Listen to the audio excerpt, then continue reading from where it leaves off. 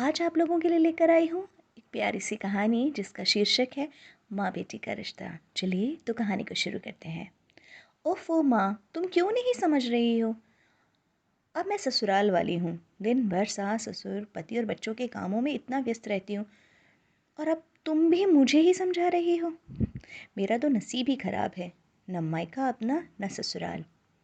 एक सांस में इतना कुछ बोल रेवा ने फ़ोन काट दिया। दूसरी ओर झुर्रियों वाले गाल पर लुढ़क आए आंसुओं को माँ अपने हाथों से पोंछने लगी।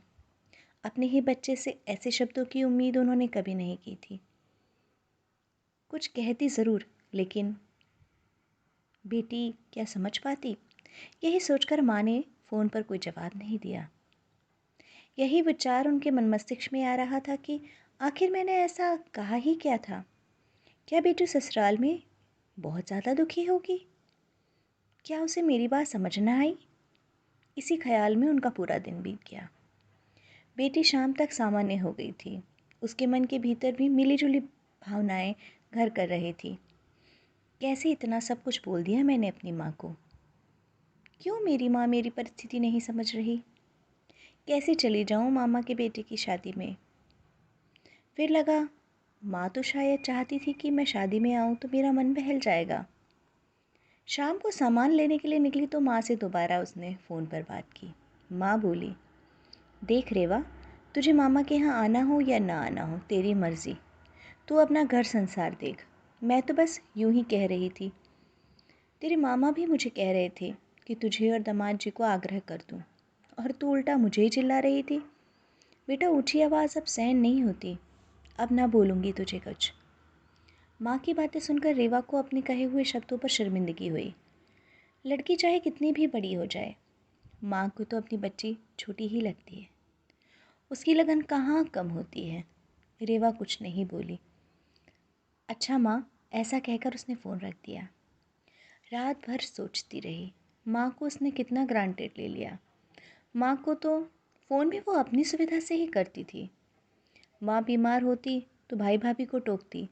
गर्मियों में बच्चों के समेत मायके पहुँचती तो खाना भी अपनी फरमाइश का बनवाती। माँ कोई जो तोहफ़ा दे तो कहती थी, ये तोहफ़ा मत दे माँ, पैसे दे दे, मैं अपने हिसाब से ले लूँगी। सास या ननंद से कोई मतभेद हो गया हो या मनमुटाव, तो बस कभी भी माँ को फ़ोन करके और दिल का बोझ हल्का कर लेती थी। कब सोचा कि क्या उस समय माँ का मूड है भी या नहीं? बस यही सोचा कि जब चाहूँ माँ को कुछ भी कह सकती हूँ। लेकिन माँ ने आज 2 बार मुझे मामा के घर आने के लिए क्या कह दिया? मैं उन पर बरस पड़ी और इतना कुछ कह दिया। अगले ही दिन उन्होंने अपने पति से बात की। रेवा ने कहा कि माँ कह रही थी कि मैं मामा के यहाँ चली जाऊँ शादी पर। पति ने भी कहा, हाँ रेवा, तुम्हें चले जाना चाहिए।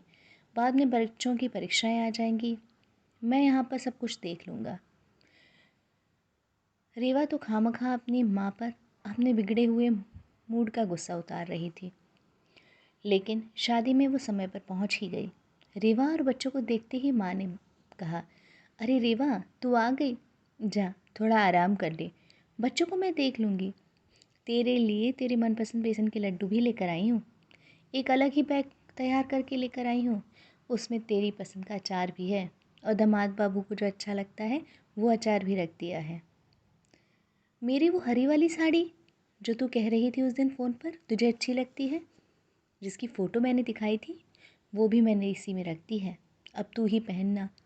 अब मैं कहाँ पहनूंगी ये साड़ी? रेवा चुपचाप माँ की बातें सुनती रही। माँ तो कब की रेवा की कड़ी हुई कड़वी बात भूल चुकी थी। लेकिन रेवा को वो बैग थमाकर अपने नाती नातन में बिजी हो गई, और रेवा एकटक अपनी माँ को देखती रही और सोचती रही कि माँ तो माँ ही होती है, और एक मायका ही तो ऐसा होता है जहाँ कोई औपचारिकता नहीं होती। लेकिन हाँ, माँ का भी दिल बच्चे अपने शब्दों से तोड़ दें तो वो पल भर में टूट जाता है। तो अपनी माँ का दिल कभी मत तोड़िएगा। कैसी लगी आपको ये छोटी सी कहानी, ज़रूर बताइएगा। मैं मिलूँगी एक नई कहानी के साथ। तब तक खुश रहिए, एंजॉय कीजिए। Bye bye.